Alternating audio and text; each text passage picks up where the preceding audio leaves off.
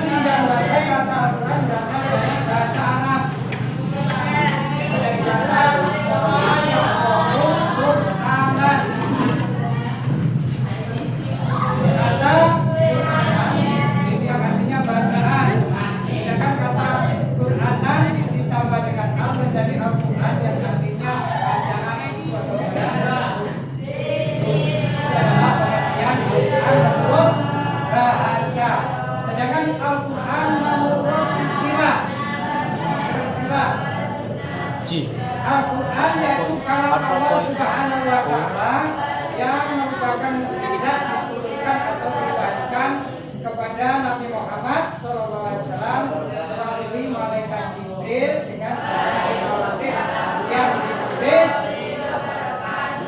mushaf serta membacanya termasuk ibadah. Itu adalah pengertian Al-Quran menurut istilah. Kemudian kita akan lanjut tentang pengertian hadis. Apa itu hadis? Hadis. Berdasarkan tinjauan bahasa hadis memiliki beberapa arti, yaitu jadidun artinya baru, qaribun artinya dekat, dan khabarun artinya berita.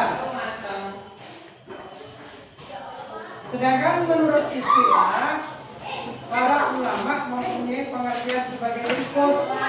Satu, segala perkataan, perbuatan dan hal ihwal Nabi Muhammad Shallallahu Alaihi Wasallam. Dua, segala perkataan, perbuatan dan takrir atau ketetapan Nabi Muhammad Shallallahu Alaihi Wasallam yang berkenaan dengan hukum bagi umatnya.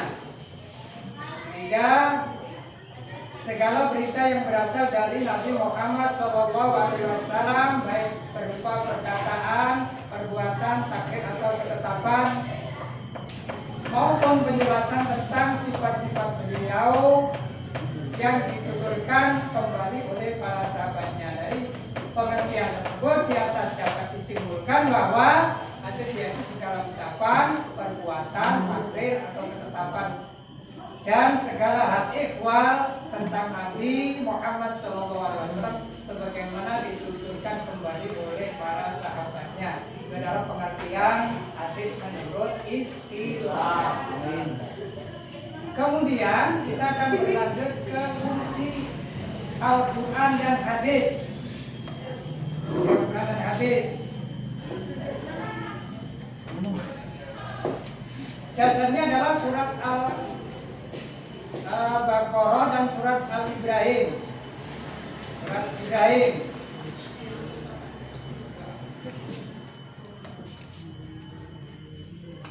Coba bacakan surat Al-Baqarah ayat 185. Nur Aini.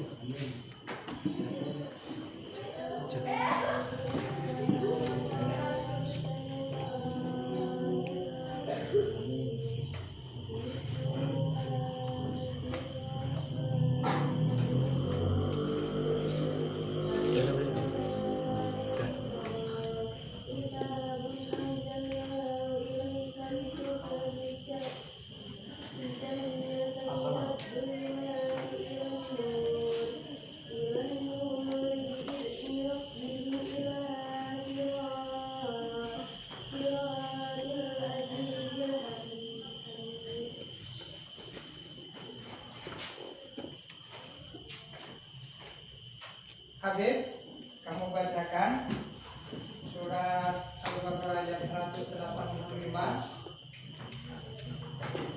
Ya.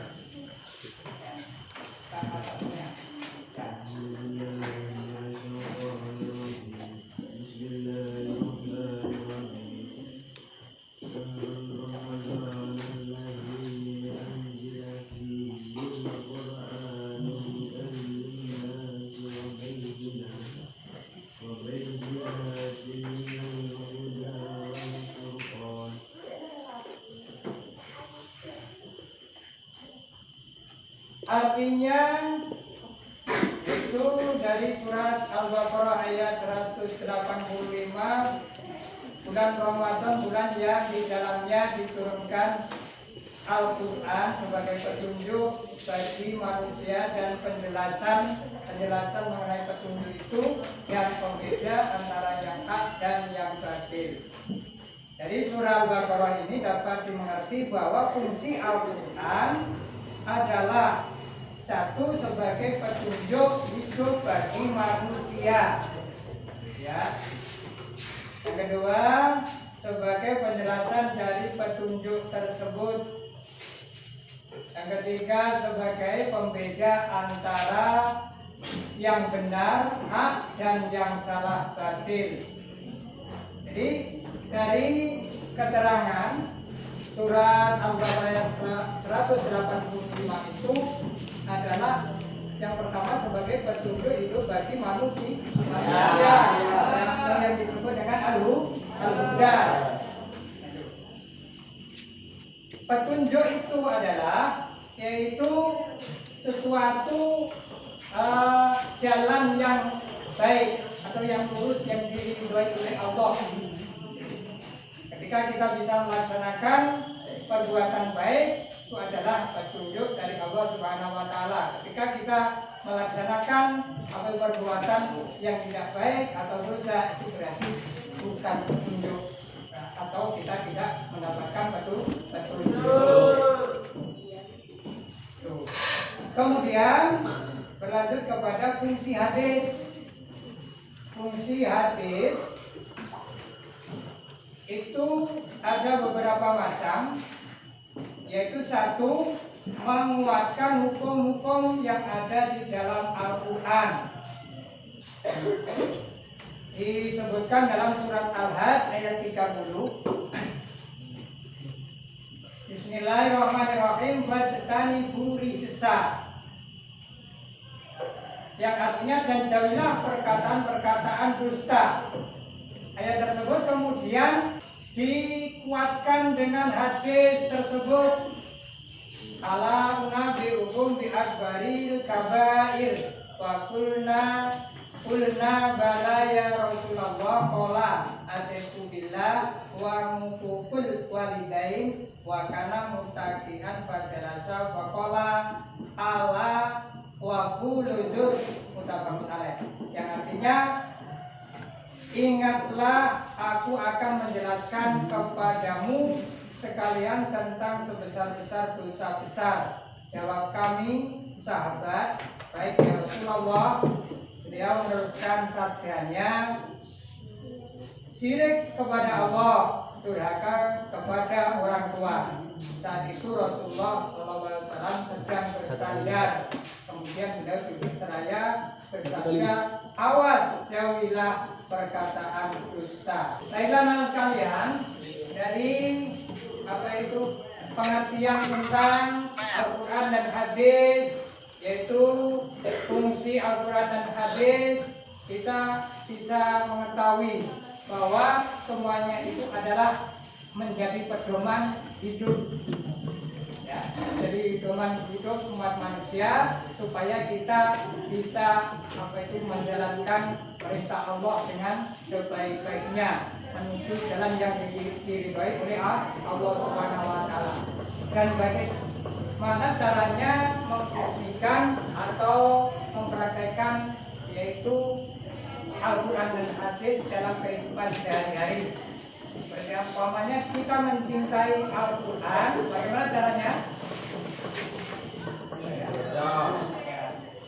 Untuk kita mencintai Al-Quran itu dengan cara banyak membaca Al-Quran.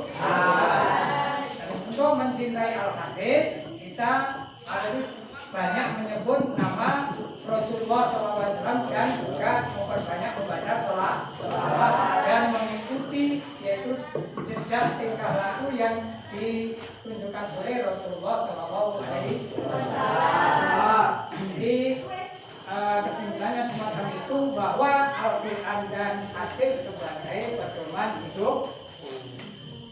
Sebenarnya sampai di sini untuk pembelajaran tentang Al-Quran dan hadis sebagai pedoman hidup. Mudah-mudahan bisa bermanfaat bagi kita dan apa yang saya sampaikan bisa dipahami.